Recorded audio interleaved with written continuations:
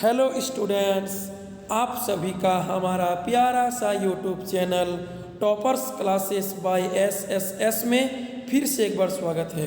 अभी हम लोग क्लियर कॉन्सेप्ट ऑफ फिजिक्स में JAC board physics model set 1 का वीडियो सॉल्यूशन देखेंगे और सभी क्वेश्चन आंसर को समझेंगे जो आपके क्लास 12 टर्म 2 एग्ज़ाम 2022 के लिए महत्वपूर्ण है। ठीक है, तो चलिए फिजिक्स क्लास 12 मॉडल सेट 1 का वीडियो सॉल्यूशन देखते हैं। ठीक है, देखिए पहला सेक्शन ए में एक अंक या प्रश्न पूछेगा जिसमें आपको 5 प्रश्नों का जवाब देना है, यानी 1 गुना 5 बराबर 5। पहला प्रश्न है प्रेरकीय प्रतिघात XL को परिभाषित करें। पहला प्रश्न क्या बोलता है?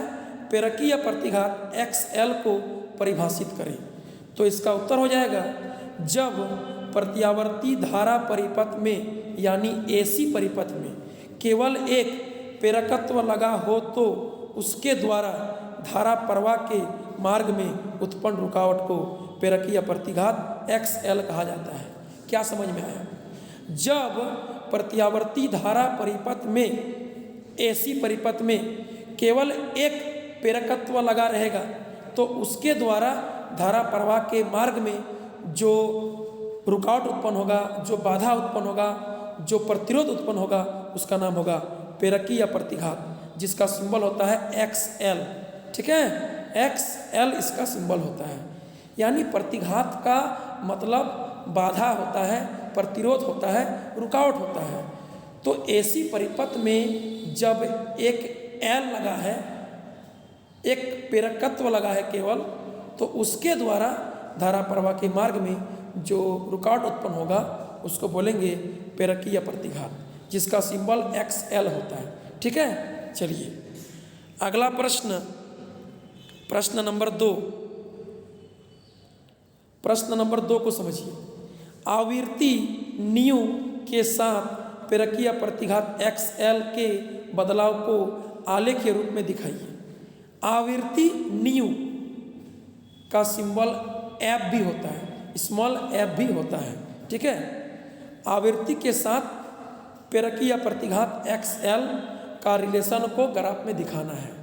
तो पहले हम लोग जान लेंगे कि XL का फॉर्मूला क्या होता है। चूँकि XL बराबर ओमेगा L होता है और ओमेगा बराबर 2πf होता है, तो हम लोग लिख सकते हैं XL बराबर ओमेगा इंटू L बराबर 2πf इंटू L, जहाँ पर F क्या है? फ्रीक्वेंसी है, आवृत्ति है, जिसका सिंबल न्यू भी होता है। ठीक है, और L क्या है? प्रेरकत्व है। ठीक, अब यहाँ पर समझिए कि XL बराबर फॉर्मूला हो गया 2πf इंटू L। तो यहाँ पर ना 2π और L तीनों कांस्टेंट राशि है, तीनों फिक्स रहेगा।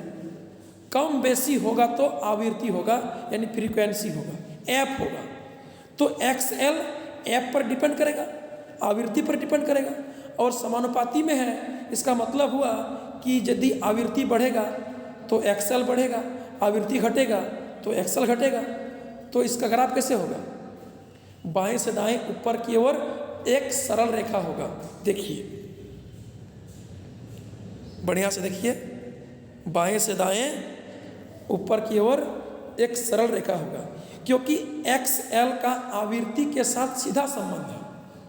आवृत्ति बढ़ेगा तो XL बढ़ेगा, आवृत्ति घटेगा तो XL घटेगा, क्योंकि दोनों में समानुपाती सीधा पॉजिटिव संबंध है।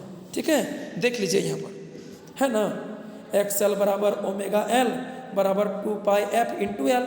तो 2π और L तो यहाँ पर कांस्टेंट है जो फिक्स रहेगा, तो कम बेसी बदलेगा कौन? F यानी आवृत्ति।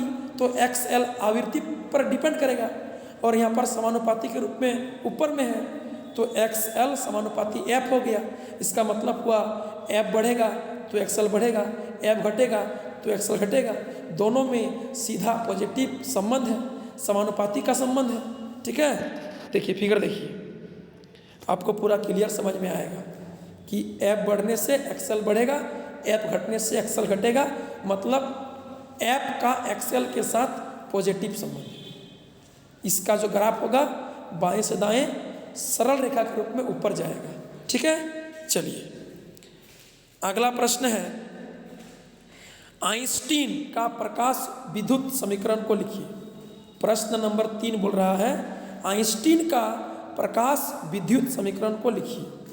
तो इसका उत्तर हो जाएगा हाफ mv² बराबर h new minus h new not, जिसको कार्यफलन कहते हैं। ठीक है, याद रखिएगा हाफ mv² इलेक्ट्रॉन का अधिकतम गतिज ऊर्जा है। उसके बाद h न्यू जो फोटोन की ऊर्जा होती है, माइनस h न्यू नॉट जो धातु का कार्यफलन होता है। ठीक है, चलिए यानी हाफ mv² बराबर h न्यू जो फोटोन की ऊर्जा है माइनस h न्यू नॉट जो धातु पृष्ठ का कार्यफलन है। अगला प्रश्न है क्वेश्चन नंबर 4। क्वेश्चन नंबर 4 को समझिए। देहली आवृत्ति को परिभाषित करें। देहली आवृत्ति क्या होता है समझिए। आपतित प्रकाश की वह न्यूनतम आवृत्ति जिससे किसी धातु पृष्ठ से प्रकाश इलेक्ट्रॉन का उत्सर्जन हो सके उसे उस धातु पृष्ठ की देहली आवृत्ति कहा जाता है, जिसका सिंबल होता है न्यू नॉट। ठीक है, सिंबल क्या होता है न्यू नॉट। तो देहली आवृत्ति का डेफिनेशन क्या बोला, आपतित प्रकाश का वह न्यूनतम आवृत्ति जिससे किसी धातु पृष्ठ से प्रकाश इलेक्ट्रॉन का उत्सर्जन हो सके उसे उस धातु पृष्ठ की देहली आवृत्ति कहा जाता है। यानी वह न्यूनतम आवृत्ति, आपतित प्रकाश का वह न्यूनतम आवृत्ति जिसके धातु के पृष्ठ पर पड़ने से इलेक्ट्रॉन का उत्सर्जन हो सके उसको बोलेंगे उस धातु पृष्ठ का देहली आवृत्ति, जिसका सिंबल न्यू नॉट होगा। ठीक है, क्या होगा न्यू नॉट होगा। अगला प्रश्न 5 बोल रहा है कि ऊर्जा बैंड आरेख खींचकर P प्रकार एवं N प्रकार के अर्धचालक में अंतर स्पष्ट कीजिए। ऊर्जा बैंड आरेख खींचना है और P प्रकार एवं N प्रकार के अर्धचालक में अंतर स्पष्ट करना है। तो देखिए पहले P प्रकार का अर्धचालक में देखिए क्या है। ये आपका P प्रकार का अर्धचालक है जिसमें हम लोग ऊर्जा बैंड अंतराल को देख रहे हैं। तो P प्रकार का अर्धचालक क्या होता है, तो इसका डेफिनेशन होता है जब चतुर्थ संयोजी वाला तत्व का परमाणु में त्रिसंयोजी अशुद्धि को मिलाया जाता है तो एक गो इलेक्ट्रॉन का जगह खाली हो जाने के कारण इसमें विद्युत धारा का प्रवाह होता है, जिसको हम लोग हॉल्स कहते हैं, कोटर कहते हैं। उसको हम लोग धनात्मक कोटर कहते हैं, इंग्लिश में हॉल्स कहते हैं। क्योंकि P प्रकार का अर्धचालक तब बनता है जब चतुर्थ संयोजी तत्व का परमाणु में त्रिसंयोजी तत्व का परमाणु को अशुद्धि के रूप में मिलाया जाता है। ठीक है, तो इसमें एक ठो जगह इलेक्ट्रॉन का खाली होने के चलते उस धनात्मक कोटर हॉल्स के कारण विद्युत धारा का प्रवाह होता है P प्रकार का अर्धचालक में। देखिए यानी P प्रकार का अर्धचालक लेता है जो ग्राही है उसमें एक वो जगह खाली रह जाता है। ठीक है, चलिए आगे है N प्रकार का अर्धचालक। N प्रकार का अर्धचालक में समझिए।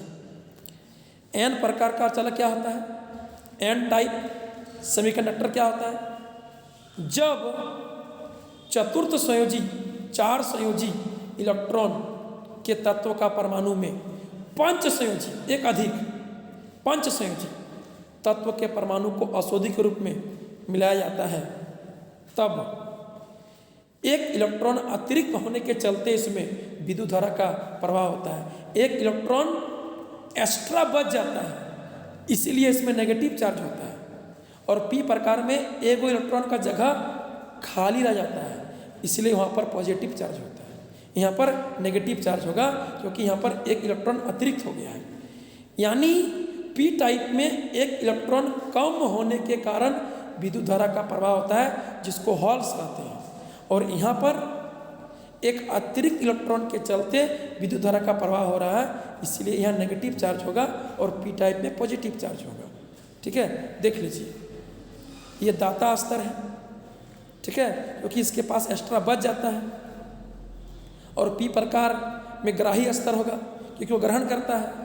बेचारा का तो एगो भाग खाली रह जाता है, जिसको हॉल्स कहते हैं, और इसमें एगो इलेक्ट्रॉन अतिरिक्त बच जाता है। ठीक है, इसीलिए पी प्रकार में पॉजिटिव चार्ज, एन प्रकार में नेगेटिव चार्ज होता है। देख लीजिए, आगे है प्रश्न नंबर 6। प्रश्न 6 बोल रहा है, स्थिर आवृत्ति पर संग्राहक विभव के साथ प्रकाश विद्युत धारा में परिवर्तन दिखाइए। क्या क्वेश्चन बोल रहा है? स्थिर आवृत्ति पर संग्राहक विभव के साथ विद्युत धारा में परिवर्तन दिखाइए। तो फिगर देख लीजिए, निरोधी विभव जहाँ पर धारा शून्य है वहाँ से लगातार बढ़ते गया, लेकिन जब स्थिर आवृत्ति हो गया तो धारा कांस्टेंट हो गया।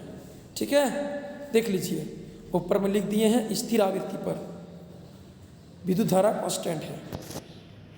ठीक, चलिए आगे है लास्ट क्वेश्चन, सेक्शन ए का क्वेश्चन नंबर 7। ये सेक्शन ए का लास्ट क्वेश्चन है। क्वेश्चन नंबर 7 बोल रहा है, हाइगन्स के सिद्धांत को परिभाषित करें। उत्तर, हाइगन्स के सिद्धांत के अनुसार प्रकाश का प्रत्येक स्रोत एक विक्षोभ केंद्र होता है। बोलता है प्रकाश का प्रत्येक स्रोत एक विक्षोभ केंद्र होता है।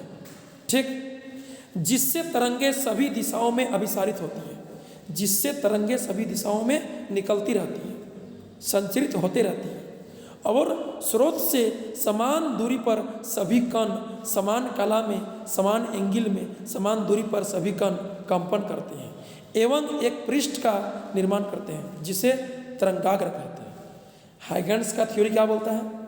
प्रकाश का प्रत्येक स्रोत एक विक्षोभ केंद्र होता है, जिससे तरंगे सभी दिशाओं में लगातार निकलते रहती है, और स्रोत से समान दूरी पर सभी कण समान एंगल में, समान कला में कंपन करते रहता है एवं एक पृष्ठ का निर्माण करता है, जिसको हम लोग तरंगाग्र कहते हैं।